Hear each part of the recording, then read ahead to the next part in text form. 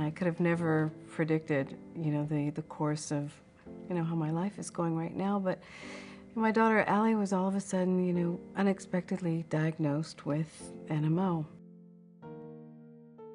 She basically just one day, she said, my eye is really hurting.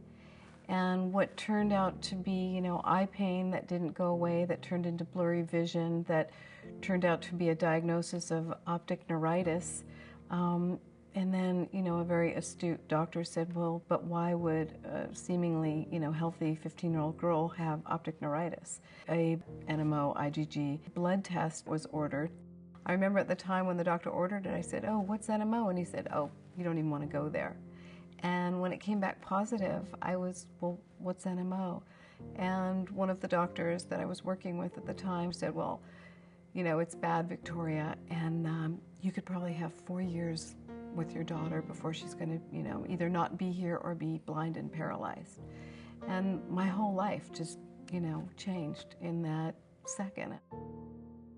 Went to see Dr. Brian Weinshenker at the Mayo Clinic, and he really was extraordinarily kind and patient. And I said, are you doing any work in this area? And he said, well, yes. I said, do you have a foundation and research? And he says, well, I'm wanting to, and I've started, I'm doing some, and well, you and I are going to be working together. I've got the checkbook, and you've got the brains for this, and we're going to get together, and we're going to do something. We're going to find a cure for this.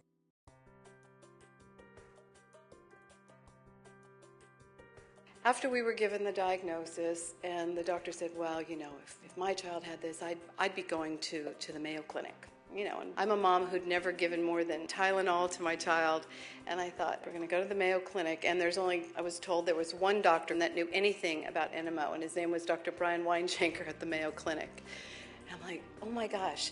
Not only is there something so rare here, but there's only like one person on the planet who knows anything about it. So I'm thinking, now not only do I have to surround my daughter with this white protective light, I must protect Dr. Brian Weinshenker because he is the only man that knows anything about NMO. It was for my daughter. I mean, I'm not somebody who was going to accept what they were potentially telling me was going to happen.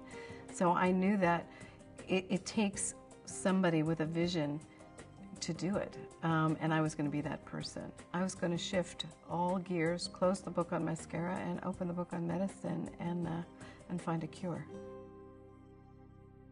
It's really nice that all of you are here. I look very much forward to the next couple days of science. A lot of what happens in research is people work in all their independent little silos, and they never really talk. But I know that if you're actually going to really cure something and make a difference, you have to work through collaboration. And a symposium seemed a perfect vehicle to do that. You need to share your great information with this one over here so that we can do this. We have to do it together, collectively. To see Victoria commit to take her resources, to take her drive to protect her child, and also open it up to the world is, as a fellow mother, inspiring. I see reversibility in the disease. That means something's happening very early that can reverse. It doesn't need to go all the way to complement damaged tissue death. People are talking to each other because what I did is I brought literally all the world experts in NMO that know anything about this disease and have brought them all together. And do you think because NMO is such an outlier that it's just its own model? They're common downstream effectors. I think upstream, though, what's the real cause of the disease, I think is going to be unique. I disagree. I actually think the predominant flavor is of an antibody-mediated pathogenesis. Victoria has been a mom on a mission, and I think she's very open about the fact that she will regularly flip back and forth between being purely mom and being the head of a foundation. And it's struck a chord with all of us. It's been different to have an advocate in the research arena who's been touched by it personally. It puts a new spin on things. One of my medical advisors said, Victoria, you're going to have to remember this is a marathon, not a sprint. And I don't really think in terms of marathons, although I know it will be a long, enduring process of sorts, but I'm still sprinting through it.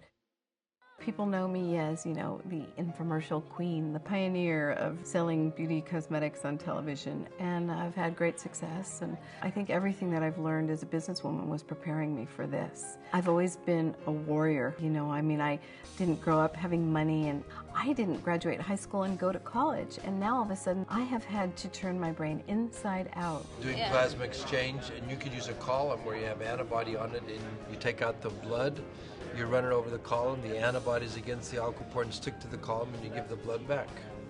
So that's a possibility. And you could check, could you monitor the levels that you had in your body, like when that started coming back? Bill and Victoria Jackson have moved very quickly. Right now, they are the major source of funding for our programs, and certainly we'd be going at a snail's pace compared to what we are now without their support.